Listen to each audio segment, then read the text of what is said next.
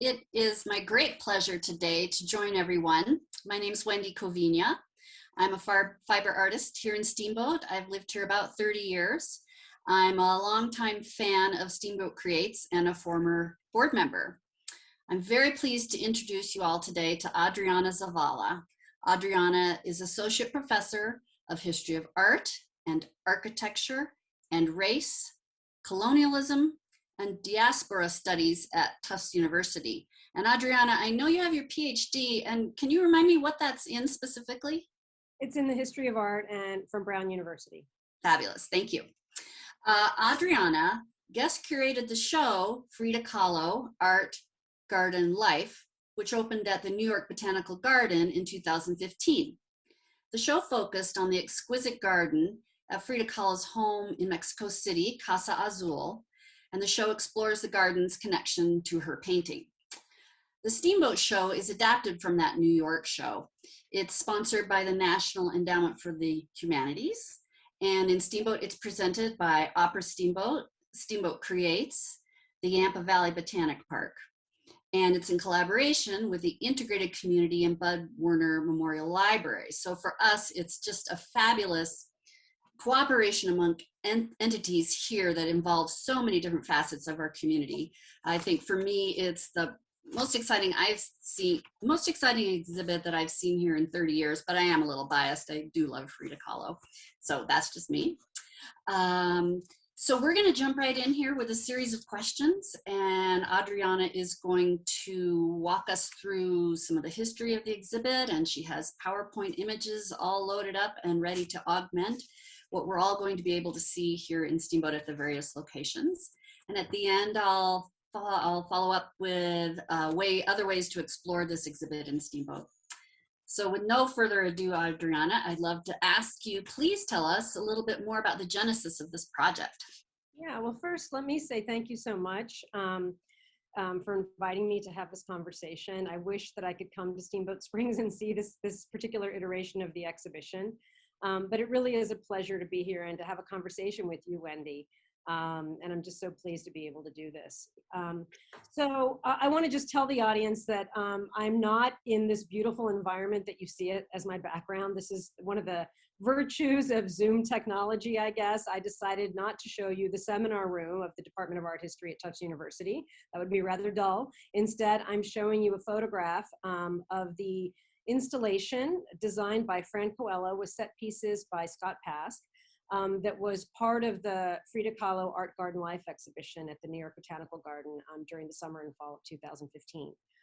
So I'll talk a little bit more about what we achieved in the greenhouse at the Botanical Garden in New York. But I'd be happy to share a little bit about the genesis of the project. This was a project that really began in 2013 when the incredible team at the New York Botanical Garden approached me with the idea to do an exhibition on Frida Kahlo. Because as expert plants people, as horticulturalists and scientists and botanists, they of course had noticed that in her painting, Frida Kahlo very often included plants and animals. And I will say that one of my former master's students at Tufts University, her name is Joanna Groark, she is still on the staff at the Botanical Garden. She was integral to the initial conversations, both among the staff at the Botanical Garden and then in approaching me to see if I would be interested in doing this project. So as I mentioned, that's so interesting. Excuse me for jumping in here, but I mean, I wouldn't necessarily think that anyone in a botanical park garden would be aware of Frida Kahlo and her work. That's really interesting. So the New York Botanical Garden is a really unique institution. It is an institution for scientific research on plants, but they also have an extraordinary gallery and a beautiful historical collection in their library. And then of course they have the historical Haupt Conservatory. And several years ago, I have a slide that I can show you to illustrate this. They began a series of exhibitions oriented towards teaching a broader public about the relationship between human culture and the scientific exploration of the natural world. And so they had already done exhibitions on Charles Darwin, where they had actually cultivated some of the plant specimens that Darwin was doing experiments with. And then they had an exhibition in their art gallery and in their library to sort of amplify the context of the actual living plant specimens that they were putting on view for visitors. And then they did an exhibition on Emily Dickinson, where they explored the relationship between Dickinson's poetry and her love of gardening. And they, created a beautiful installation of Victorian era, botanical gardens. And again, with an exhibition of her poetry and her writings and her books.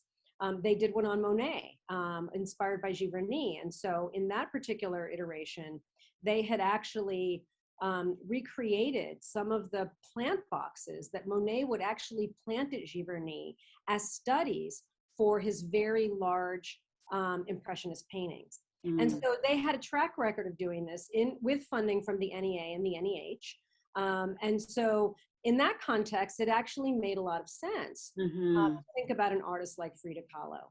But of course, one of the interesting challenges is that, depending on the artist that you're dealing with, and certainly this was the case with Monet, but it was absolutely the case with Frida Kahlo, the original works of art are very fragile. And in the case of Frida Kahlo, relatively rare and hard to borrow. Because on the one hand, Frida Kahlo is so popular at this point that many institutions would like to do a Frida Kahlo exhibition, knowing the public's incredible interest in her and that it will bring audiences in. But Kahlo, despite having a 25-year career, was not a particularly prolific artist. There were some years where she painted just one or two paintings. There was even one year where she didn't paint at all. And her works are scattered in private collections, in museums around the world, in Mexico City and in the United States. And so, ultimately we were able to introduce the project in Mexico. And this is why it took 2 years, as we recognized the importance of cultural diplomacy first, and of explaining to lenders what the New York Botanical Garden was and its history of doing these extraordinarily rich interdisciplinary exhibitions that connected plant science with visual culture, with the arts. And ultimately we were very successful, because I think when institutions like the Dolores Olmedo Museum in Mexico City and private collectors in Mexico City, half of the works that we brought to New York were loaned from Mexican collections. I think these institutions were really pleased to collaborate with an unusual institution like Botanical Garden. So it was really an extraordinary opportunity. But yes, initially when they approached me, I was like, what, a botanical garden? Frida Kahlo? What are we talking about? Yeah, amazing. And that's why it's so exciting to have it here and be able to show this interaction, and not just art, but the plants. Like, it's fabulous.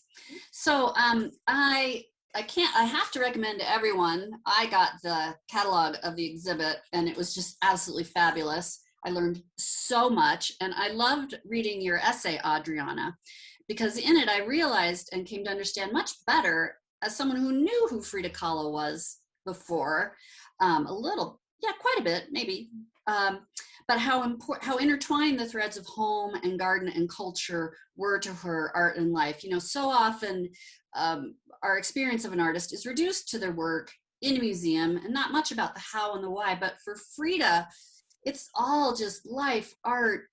It's just such a magical combination and so powerful. You write in your essay, the house that Frida lived in, Casa Azul, is a work of art itself. The house, its decor, its gardens are a meditation on Mexico's indigenous heritage, but with an acute awareness of Mexican culture at the crossroads of transcultural forces and in dialogue with modernity and modernizations. There's a lot really in that. Can you unpack that for a little bit? Absolutely. A little bit for us. Thank you for your enthusiasm for the book. It was, like the exhibition, it was just such a pleasure to work with the team at the New York Botanical Garden and with other scholars like Catherine O'Rourke and Juan Coronel Rivera. We had a pair of biologists that wrote an essay for the catalog. So that was really such an unprecedented opportunity for me. But let me talk a little bit about my interpretation of the house. And let me share my screen so that I can sort of have an image in the background to share with the audience as I'm talking through some of this. So I'm going to move ahead. Are you seeing my screen okay? Yes, thank you. Oh, there we go. So I'll begin here. So whoops, let me go back. Sorry about that. Okay, I'll begin here. So what I'm showing you now are some images of Frida Kahlo's home in Mexico City. That is, of course, today the Museo Frida Kahlo. It was the Kahlo family home. Kahlo's parents, Wilhelm Kahlo, who was a German immigrant to Mexico, who went by the name Guillermo, which is the Spanish version of William, and her mother, Matilde Calderon, purchased, it's not entirely clear whether they purchased a home that was already built or whether they purchased land and bought and then built the home. But they appear to have done so around 1905. And at the time, Coyoacan was definitely sort of a sleepy suburb, a kind of adjacent village to Mexico City. Now, Mexico City was founded in the 16th century by Spanish colonists. Of course, it was an Aztec city before that. And Coyoacan was always, even in Aztec times, a part of the city that was known for its beauty, its gardens, its tranquility. And this continued to be true all the way through the beginning of the 20th century, when, for reasons that we don't entirely understand, Guillermo Kahlo and Matilde Kahlo, as relatively newlywed couple, decided to move there and establish their family there. And this is the home that they bought. But at the time, it was a sort of sleepy suburb, as we might describe it. And the home that they occupied up until about 1930 didn't look like this, actually. So this is, of course, the house as it appears now, with its iconic blue walls, the red trim around the windows, the beautiful green of the wooden shutters. The house was probably a pale color, and it was actually a neoclassical style house. So let me show you, let me move ahead one image to show you what the house looked like, okay? So this is a photograph in the upper left that shows the house. It's a photograph by Frida Kahlo's father, Guillermo Kahlo, who was a photographer. He was a very talented photographer who made a living as, in a sense, the official photographer of the administration of the Mexican dictator, Porfirio Diaz, who had governed Mexico since the 1880s through the outbreak of the Mexican Revolution, which began as a political revolution to actually overthrow his undemocratic regime. So at any rate, the style during the Porfirian years was very much, the bourgeoisie was very much interested in emulating European culture. So it's not at all surprising that a neoclassical structure like this would exist in Mexico. And so you can see that the surface treatment of the house actually sort of has these kind of rusticated plaster walls. There was the trim work. There was dental molding at the roof line, and sort of ornate wrought iron balconies at the windows. And in the center of the home, you're looking at a plan of the home. There were 4 bedrooms. There was a living room, a dining room, and then servants' quarters and a bathroom. And in the center of the home, very typical of Mexican buildings, whether neoclassical or modeled on the colonial precedent, is almost always an interior garden. It's a private space for the family. Sometimes it's utilitarian in that some comestible plants might be grown there, herbs, etc.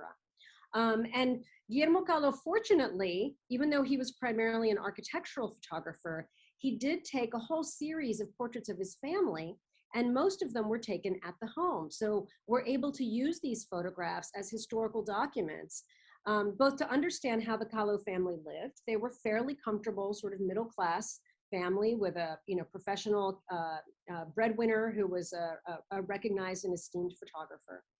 But the house as it looks today looks radically different. And that was really a result of Frida Kahlo and Diego Rivera's deeply felt sense that visual culture, architecture, painting, as created in the aftermath of the decade-long Mexican Revolution, should express a deeply felt sense of Mexican identity. And for them, a great part of that identity was rooted in Mexico's indigenous heritage, both its historical heritage, but also its contemporary lifeways of indigenous people that they very much appreciated, right? So it's important to recognize that neither Kahlo or Rivera would in any way have identified as indigenous people. They would have identified perhaps as mestizo, which is the Spanish word we use to sort of describe an amalgamation of different cultures. It's a mixed heritage, but it definitely prioritizes the Native American or the indigenous and the European, particularly the Spanish. But of course, in the case of Frida Kahlo, she was half German, right? So personally, and other scholars have written about this, one of the reasons that Kahlo, I think, was particularly vehement in her expression of her appreciation for indigenous culture was that in the context of the 1930s and 40s, in order to demonstrate her attachment to the principles of the revolution, she seemed to have expressed that through a very enthusiastic embrace, for example, of indigenous clothing, right? Other Mexican intellectual women also wore indigenous clothing at times because it was a sign of their nationalism and their sign of their appreciation for native culture. But Kahlo really did it with gusto, as we say in Spanish, with passion and with appreciation. So back to the home, what we see is that not only did Kahlo self-style herself with the accoutrement of indigenous culture, but over time, she and Rivera transformed what had been her parents, her family, her childhood home into a structure and an environment that also expressed this deeply felt appreciation for Mexico's indigenous heritage and its contemporary living folk traditions, right? And so that would account for why they chose to paint the house blue. We also don't know exactly when they did that. So again, we have to look to photographs to get an understanding of how and when they began to transform the house. So I'll pause in just a minute and let you ask me some more questions, but I also want to point out that in 1936, Kahlo painted this extraordinary painting, which is in the collection of the Museum of Modern Art, and it's called My Grandparents, My Parents, and Me. And she shows herself as a naked toddler standing in the center of the family garden, which I think is a very powerful symbolic way of expressing the importance of the home and the importance of the lineage, right? And she once described this painting in an interview. And she said, you know, I'm standing in the center of the family garden. My parents are behind me. These are her parents, her mother Matilde and her father Guillermo. She appears in utero here. She appears as a toddler here. And she appears here at the moment of human conception. So the idea of fertility and conception, which of course are related to the natural world, is a very powerful part of her artistic creativity quite early in her career. And then she described how her maternal grandparents hover above the earth and her paternal grandparents, the German grandparents, hover above the ocean. And she holds the ribbon. So the other fascinating thing about Frida Kahlo is that I think she had a very healthy ego, or at least she seems to in terms of what she expressed in her work. And so here she is a little girl, but she's literally holding, you can imagine, the trunk of the family tree. She is perpetuating that lineage. But because of the kind of vitality that she shows on the Mexican side of the composition, I think what she's expressing is that that's where she derives her own life force, her own vitality. And then you can see that as Kahlo and Rivera took title to the home, so what happened is that over the years of the Mexican Revolution, which was from 1910 to 1920, the Kahlo family hit on hard times because with the ouster of the administration of Porfirio Diaz, Guillermo Kahlo's official work dried up. And so at some point, it appears the family actually had to sell off some of their Victorian furniture that in Spanish we would call afrancesado, in the French style. And in 1929, after Frida and Diego marry, Diego pays off the mortgage on the home and Guillermo deeds the house in Frida's name. So she becomes the owner of the home. And over time, they begin to transform the home. They get rid of any remaining sort of European style furniture. And Rivera actually takes over. Let me see if I can get to this image. I hope I have it here. It appears I might not.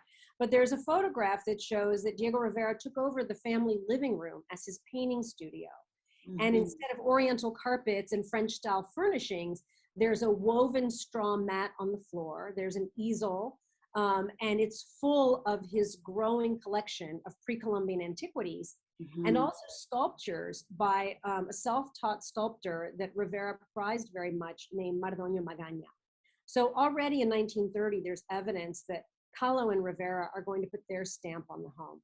And I was struck by that. I visited Oaxaca in February of 2020, and it was amazing. I mean, when you talk about the collection of artifacts and things, it's amazing how artists during that time were collecting those things with such an amazing eye, you know, not so much a museum eye as maybe an artist's eye, and how important those collections have become to Mexican cultural heritage, and they've been gifted to museums. I find that all really fascinating. Absolutely. And intellectuals, I mean, this was really one of the things that makes Mexico in the 20s a very special and unique place, because of course, they're not alone in doing this. You know, Russian artists and French artists were also undertaking their own rediscovery of their folk heritage, right? But in the case of the Mexican example, because Mexico was a country with very, very sophisticated cosmopolitan cities, not least the capital city in the center of the country, but Guadalajara was a fairly sophisticated place. Puebla was a fairly sophisticated place. But of course, in some ways, culture was concentrated in the capital city. And what happened in the immediate aftermath of the Mexican Revolution is that intellectuals, both Mexican and, interestingly, European and American, were really taken with the beauty of Mexican folk art, what we call folk art, what we call in Spanish arte popular, art of the people. And they began to collect it and exhibit it as Mexican art, because Mexico was the first country in the Americas to establish an art academy modeled on the Academy of Beaux-Arts in Paris. The Mexican Academy of San Carlos was founded in the 1780s. Wow. And so Mexican art, 1780s. At the very end of the Spanish colonial period. And the style of the day was neoclassicism, right? So Diego Rivera, for example, began studying at the Academy of San Carlos in Mexico City as a little boy. And the pedagogy there was absolutely modeled on the pedagogical structure of European academies. So when Rivera went to Paris in 1910, he threw off that yoke and liberated himself and ultimately became a Cubist painter, right? Not unlike Picasso and Georges Braque. But in 1920, the idea was to no longer imitate foreign models, to embrace what was ours. Yeah. And writers actually called this lo nuestro, what is ours. And so people like Catherine Ann Porter, Renee Darnancourt, and Mexican intellectuals like the painter Dr. Atl, whose real name was Gerardo Murillo, Roberto Montenegro, they began to scour provincial villages in Mexico and collect the art of rural people. Painted gourds, beautiful embroidered blouses, extraordinary textiles, different kinds of lace. And in their mind, this was all indigenous production. Of course, many of those objects had already changed over time, had already been influenced by, you know, centuries of colonial sort of culture. But they really appeared unique in a context where until 1910, good culture was an imitation of French culture. Yep. That is so fascinating. This conversation is just over the top fabulous. Thank you so much, Adriana. So let's talk a little bit about, after all that heady stuff, let's talk about the garden as a place of respite and source of inspiration, which you hit on in your essay, because I think all of us in Steamboat can so relate to the garden as respite. And for us, summer is such a respite because things grow and are green and we have 6 months of winter. But what do you think that meant to Frida? Well, I'll go back to this image. You know, I think that, first of all, I want to say that there are different sort of dominant narratives about who Frida Kahlo was. And like any human individual, she was a complicated person. First of all, she was extremely well educated, even though this fateful accident that she suffered in 1925 cut her high school education short. And when I say high school education, it was actually a very accelerated kind of high school education. She was only one of 35 women students in a student body of 2,000 at the National Preparatory School in Mexico City, which would have been almost like a junior college. And this was the premier high school in Mexico City, where people then went on to the National University, and most of them became doctors, scientists, lawyers, writers, cultural ambassadors. And so Frida was one of just 35 female students there, and she was intending apparently to become a doctor. Her interest was in science. And she was extremely intelligent, deeply read in philosophy as a teenager. And that education was cut short by this horrific accident that she had in 1925, when the bus that she was riding was hit by a trolley and she was impaled by a metal rod. And it's a miracle, frankly, that she survived. Mm-hmm. And so I think at that point, the house begins to become a haven because she was incapacitated in a body cast for months. Mm-hmm. And some of the extraordinary photographs that people so prize, there's a beautiful photograph where she's standing with two of her sisters, a cousin, and one of her older sister's stepsons, and she is wearing her father's three-piece suit, right? It's a very, very popular photograph. And they're standing in the garden of the house. And I already just showed you a photograph of the family and of the garden. So this was clearly a place where the family spent time. And I think that during her convalescence, she appears to have developed an even greater attachment to the place. Now, on the other hand, when she was a teenager, in letters to her friends, she described Coyoacán as like a boring, sleepy hamlet with nothing but farmers' fields, right?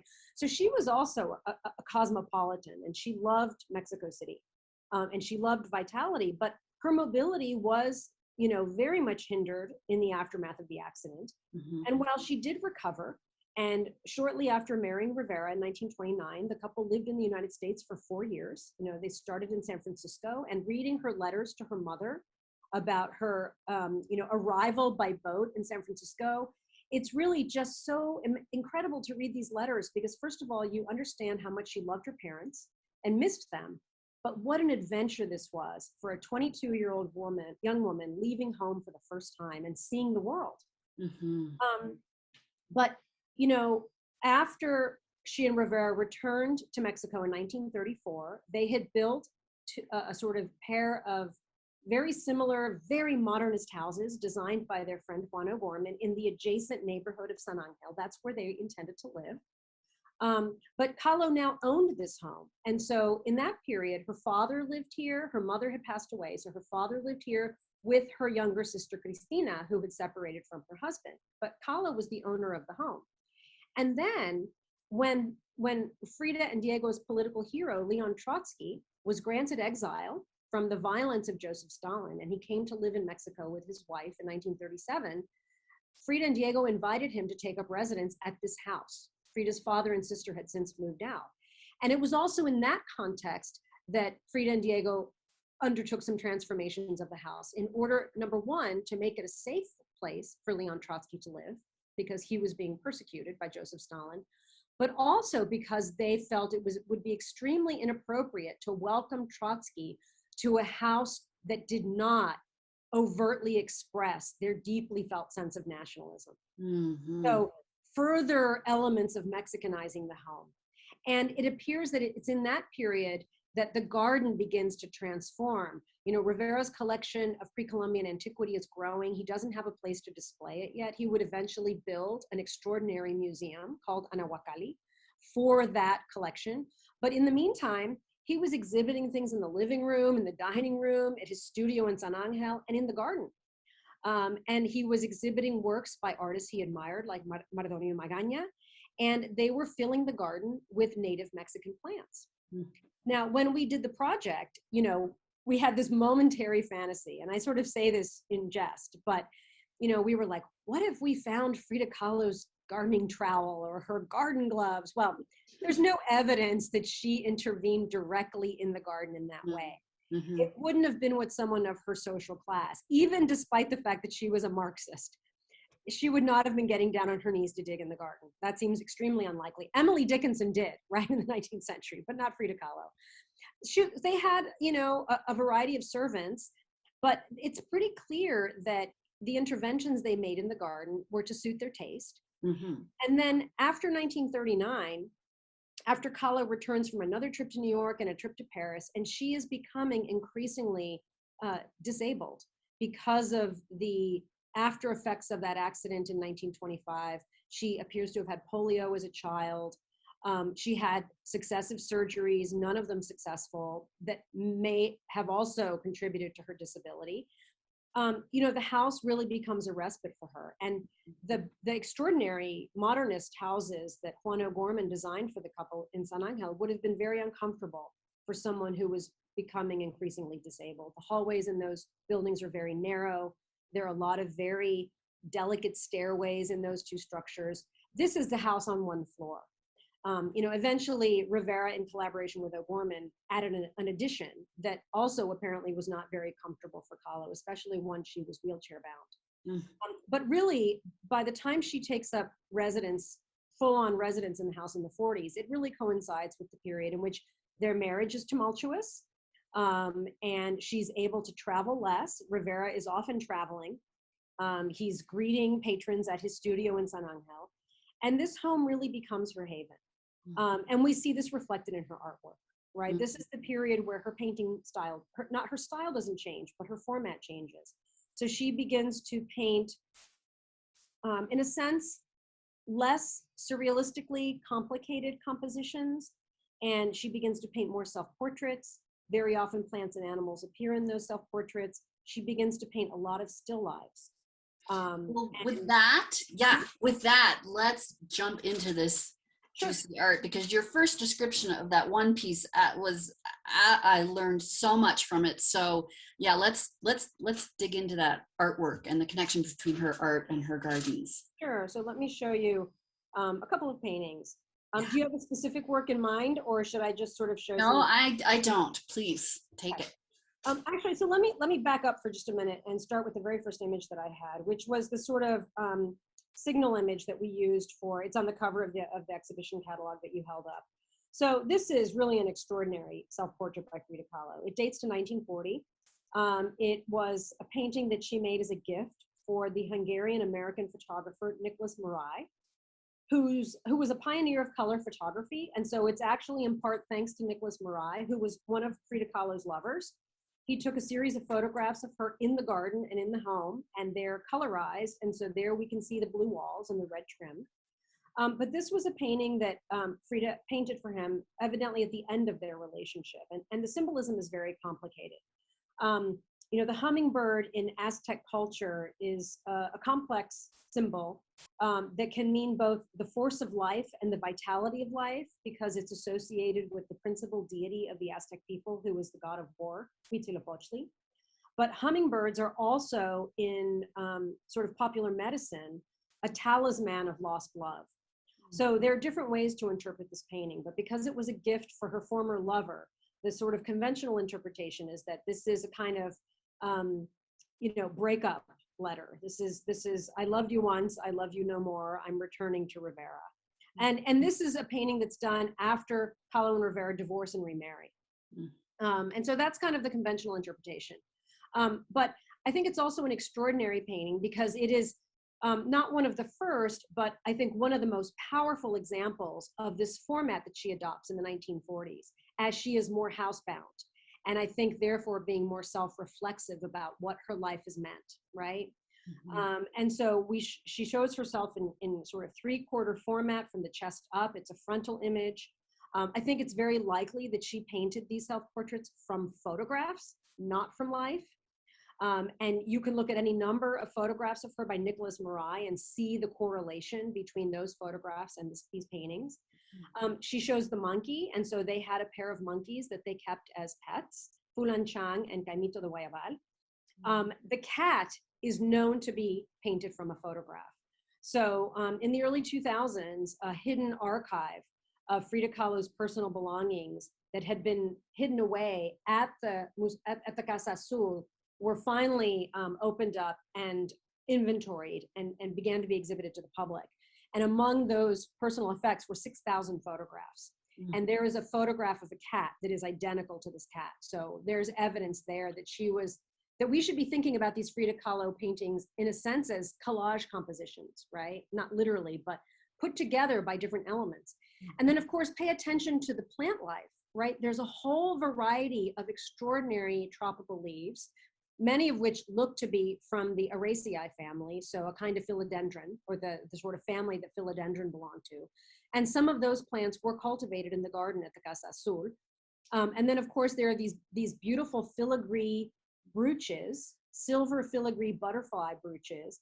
And then there are two little flowers that look like fuchsia that are transforming into what look like dragonflies. And so here, Kahlo derives inspiration from flora and fauna, but she mobilizes it, she harnesses it through her creativity to make something that is really special and unique. And I think the self-portrait is also a declaration of her own sense of frailty and of a kind of memento mori, the fleeting, the passing of life.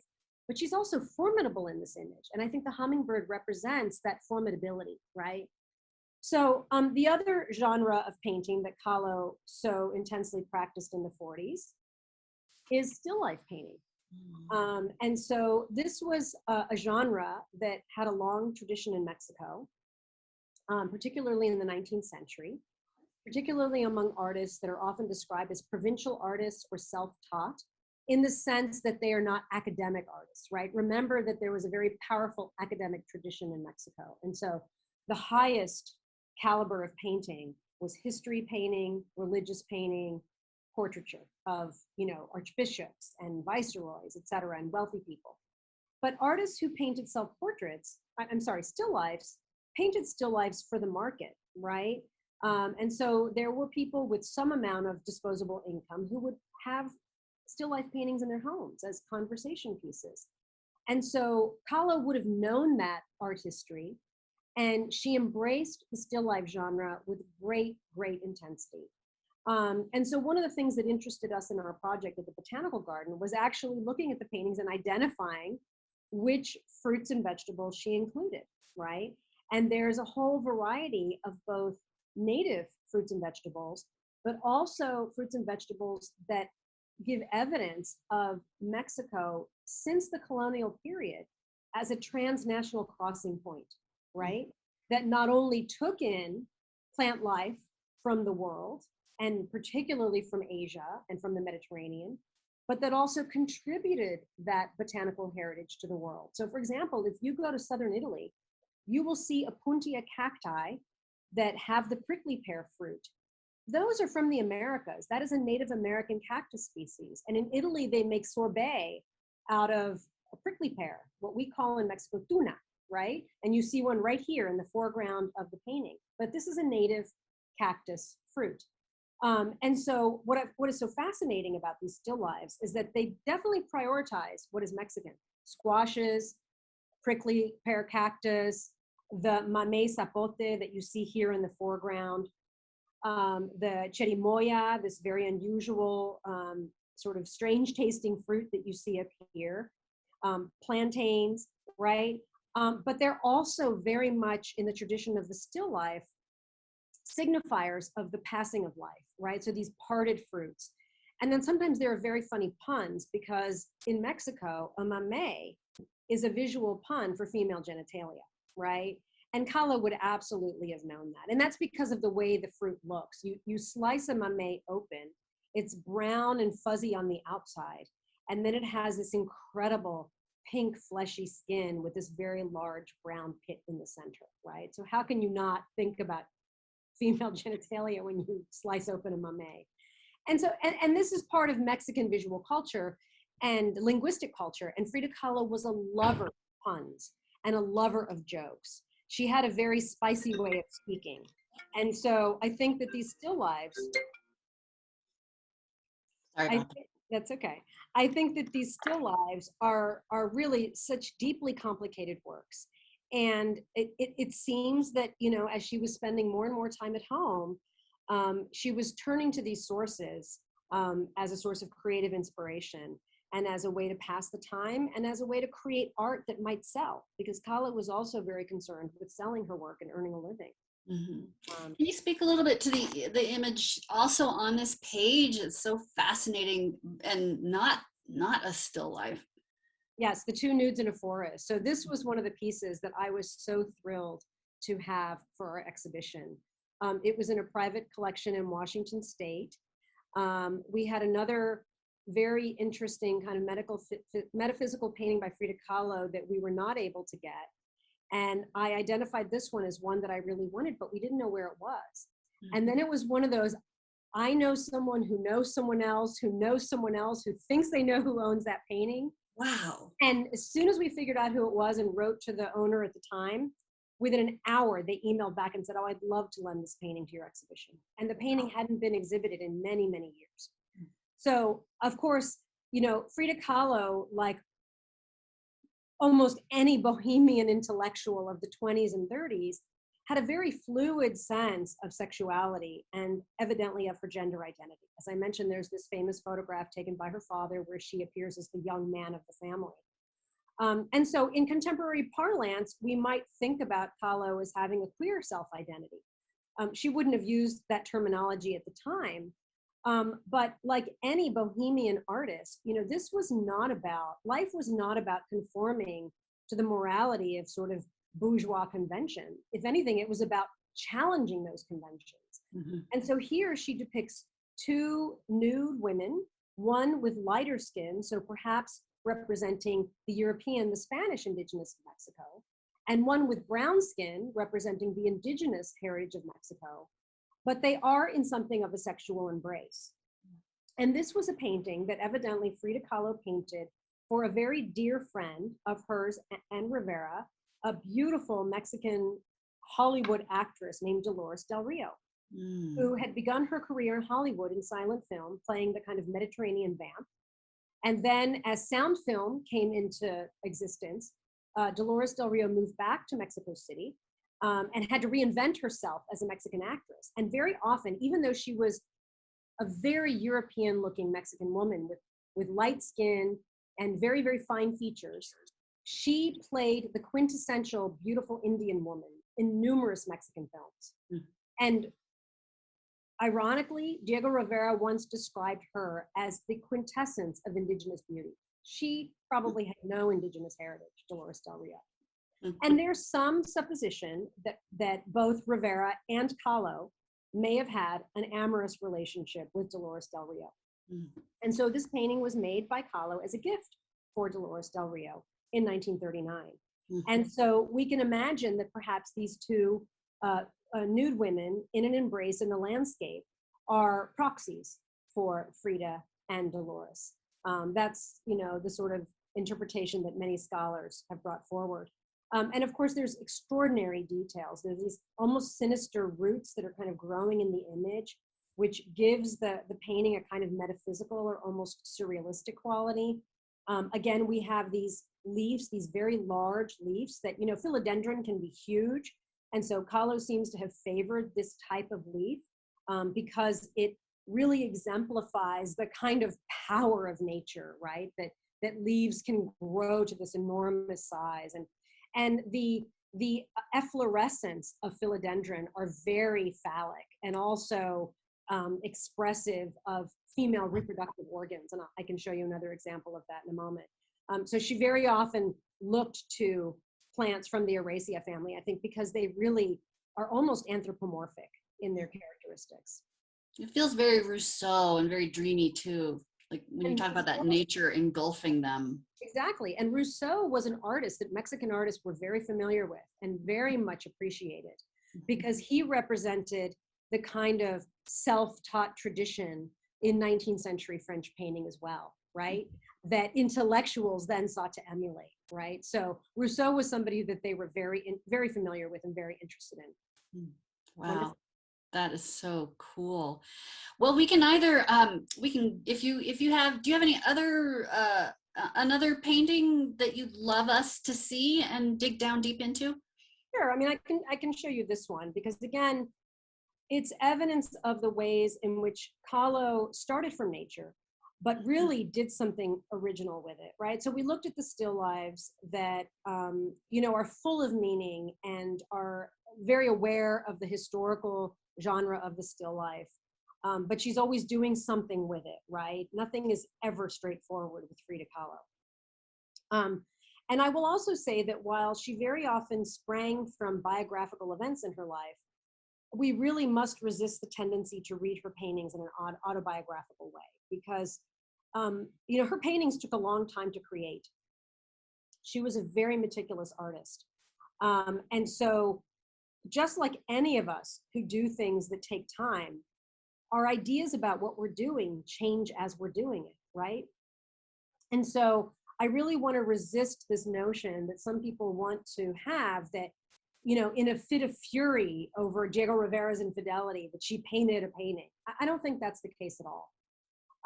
And so whenever we encounter a Frida Kahlo painting that has biographical elements, I think it's important to recognize those and acknowledge them as a starting point, but then to ask ourselves, what is she doing beyond that, right? Because she's almost always doing something special and unique. So in this painting called Sun and Life from 1947, again, it's from that decade of the 1940s. I'm just going to clear my throat. She creates what is in effect a double self-portrait of herself and of Diego Rivera. As tumultuous as their marital life was, they appear to have been really attached to one another. And so here you have a face that looks quite a bit like Frida Kahlo's, but also could look like Diego Rivera. And then she often put the eye on the forehead as a mark of Rivera's genius. So I'm going to clear my throat. Wendy, you tell me what you see while I clear my throat. Oh, I see magic. I see darkness. I see fetus-like forms coming out of a plant-based form, and those beautiful leaves again. So it's just spirit and mystery is what I see going on there. Absolutely. And, part of it, again, Kahlo was such a meticulous artist. So you notice the fetuses. And, as I mentioned, she was originally, as a student, studying science and studying medicine. So she had acute understanding of human anatomy and a decent amount of understanding of medicine, apparently. She had an interest in botany. And as it turns out, the American wife of Juan O'Gorman was a botanical illustrator. And so this is an illustration by Helen Fowler O'Gorman for a book of beautiful watercolor paintings of indigenous Mexican plants that she created and published later. But I think there's every reason to think, given the very close friendship between Rivera, Kahlo, and Juan O'Gorman, that Kahlo may well have been in conversation with these beautiful paintings by Helen. And so you see the illustration here, and then you see what Kahlo does with it. I'm really having a hard time here. And then this is actually an illustration of fetal development that's from a text in Kahlo's library. And up here, you can see that she's taken this imagery and nested these human fetuses inside of the sort of floral shell, the spathinus spadix of this inflorescence of a philodendron. It's not what we think of when we think of Frida Kahlo. And can you place this a little bit in her life, because it's 1947, and how long did she live? So Frida Kahlo died in 1954 at the age of 47. She was very young. And, this is a period in her life where she is increasingly disabled. It's the period in which she begins to keep the very famous journal that some people call her diary, that is full of unusual texts and really extraordinary, complicated drawings, that are palimpsestic. It's like she returned to the page and drew again and drew again. And I very much appreciate this painting, because if any of the listeners of this conversation are familiar with that so-called diary, they'll see a similarity between this painting and the incredible scribblings in that book. And, Kahlo was also a student of Eastern philosophy and Eastern religion. And so here, the use of the green and the red and the yellow could certainly be a reference to, Mexican national colors, or green and red and white, but there also seems to be a correlation to Asian philosophies and to Buddhism and Hinduism, which Kahlo was a student of.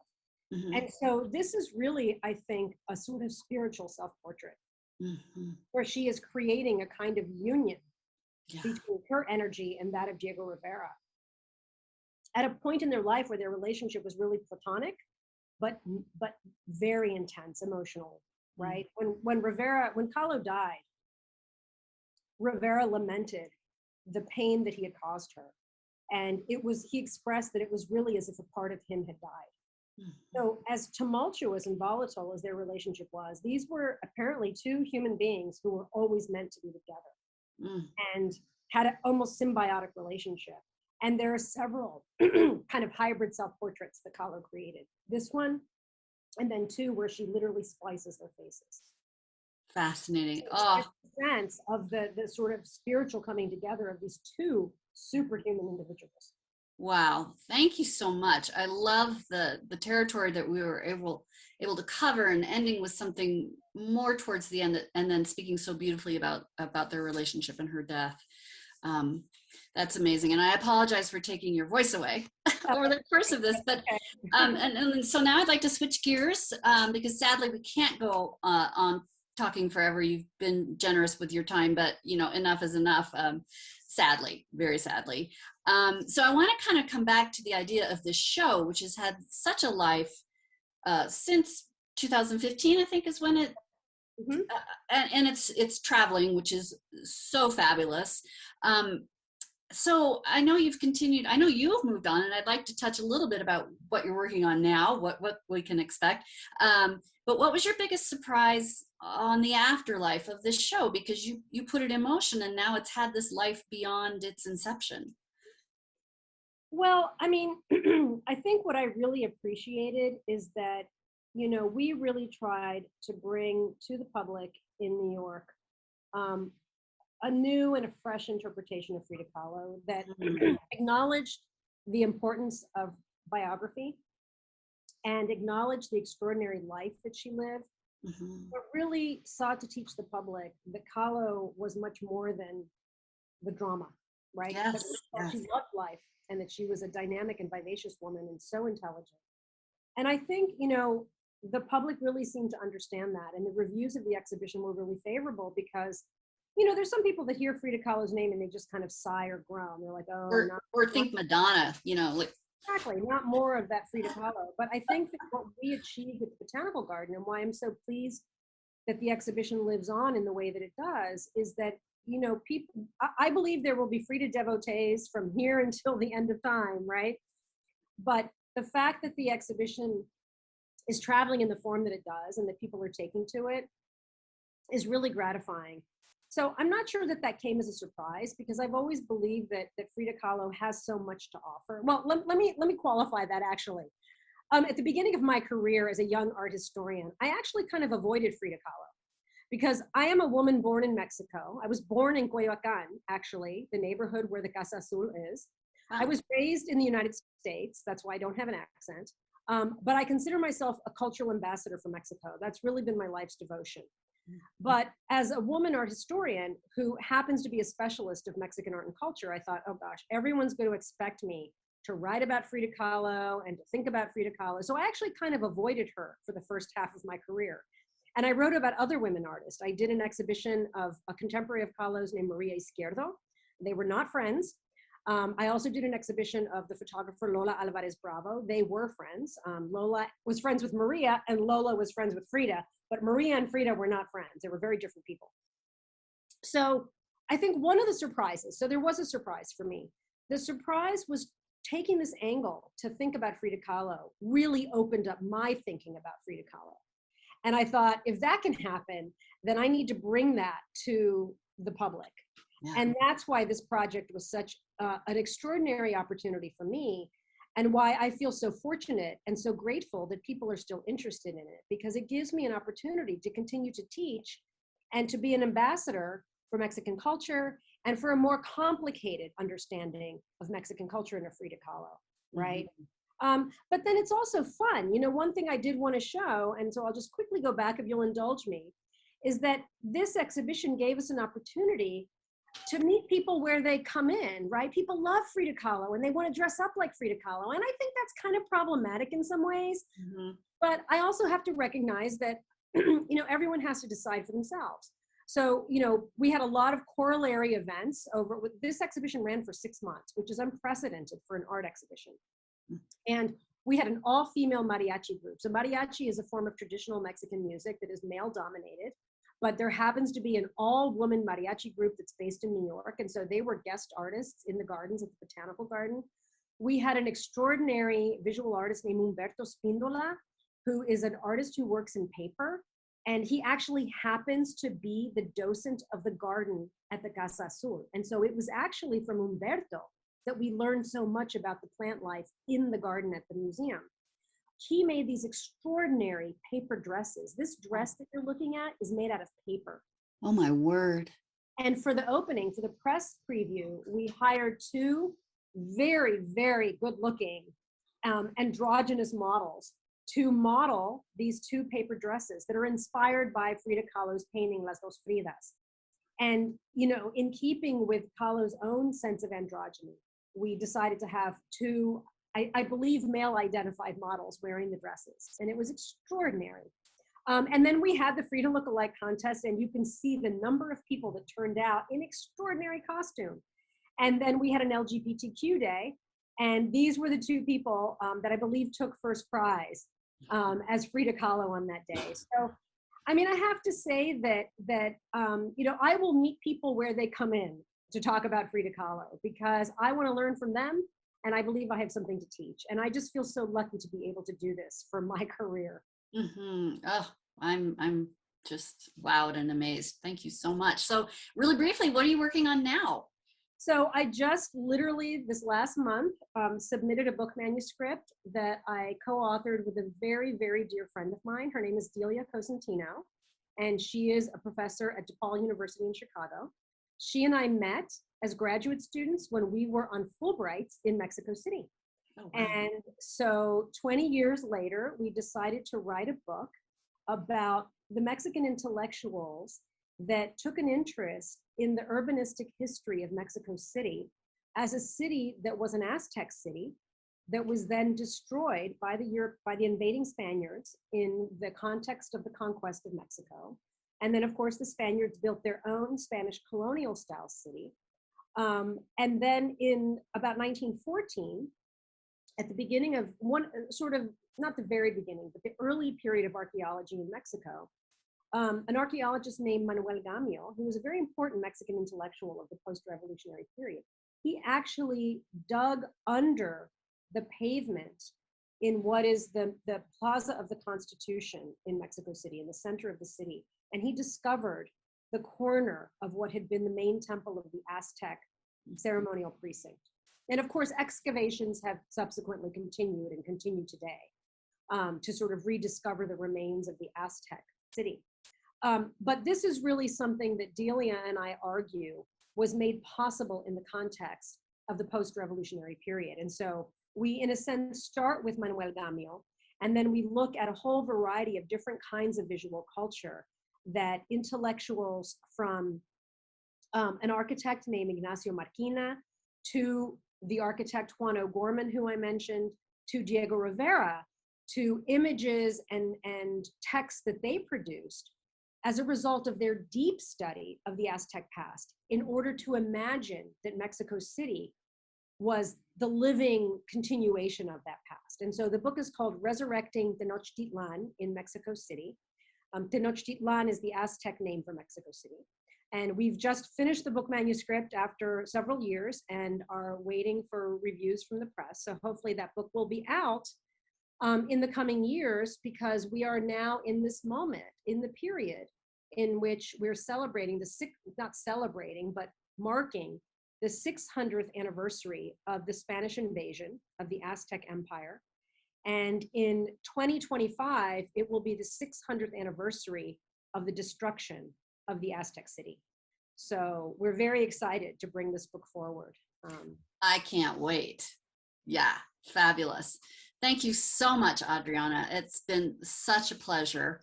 And now I'd like to save your voice and just talk really briefly about more ways to experience Frida in Steamboat right now. I'd like to remind everyone that Steamboat Creates exhibit hours are Monday through Friday, 5 to 8 p.m. and Saturday and Sunday, 10 to 6. You absolutely must get there to see the artworks. And then the Yampa River Botanic Part, the plant exhibit, is open dawn till dusk, and you can certainly check their website. Let's see. Please, everyone, visit operasteamboat.org for an extensive listing of other events and talks and lectures around this exhibit. And the Bud Warner Library is running some films that you don't want to miss. And lastly, it's only by donations for this show that we're able to cover the expenses of bringing the exhibit to town. So why wouldn't you go right now and support these arts organizations that have brought this to Steamboat? And I thank everyone for supporting the arts. Let me just say thank you, and also just encourage people to go see the exhibition and to support these institutions. It's been such a pleasure to talk to you, Wendy, and I'm so grateful for the invitation and how I wish I could come and see the exhibition. So I hope that anyone listening will go on my behalf and enjoy the exhibition and learn about Frida Kahlo. Thank you so much. Thank you.